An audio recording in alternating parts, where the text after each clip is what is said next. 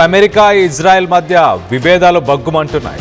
ఇటు ఇరాన్ పై యుద్ధం విషయంలో చెరొక దారి తీసుకుంటున్నారు ఇటు అమెరికా అలాగే ఇజ్రాయెల్.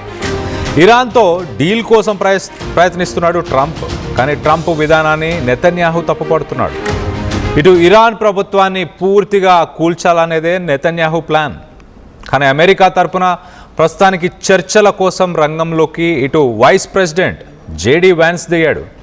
ఇటు ఇరాన్ స్ట్రాంగ్గా ఉందని, ఒకవేళ గ్రౌండ్ వార్ కోసం వెళ్తే అది సాధ్యం కాదంటూ ఇటు జేడీ వ్యాన్స్ చాలా బలంగా నమ్ముతున్నాడు. ఇటు నెతన్యాహుకి ముఖం మీదే ఇలాంటి విషయాలన్నీ కూడా చాలా క్లియర్గా జేడీ వ్యాన్స్ చెప్పేశాడు.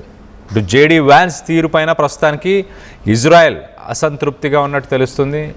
ఒక గ్రౌండ్ ఆపరేషన్ చేయాలని ఇజ్రాయెల్ పట్టుపడుతుంది.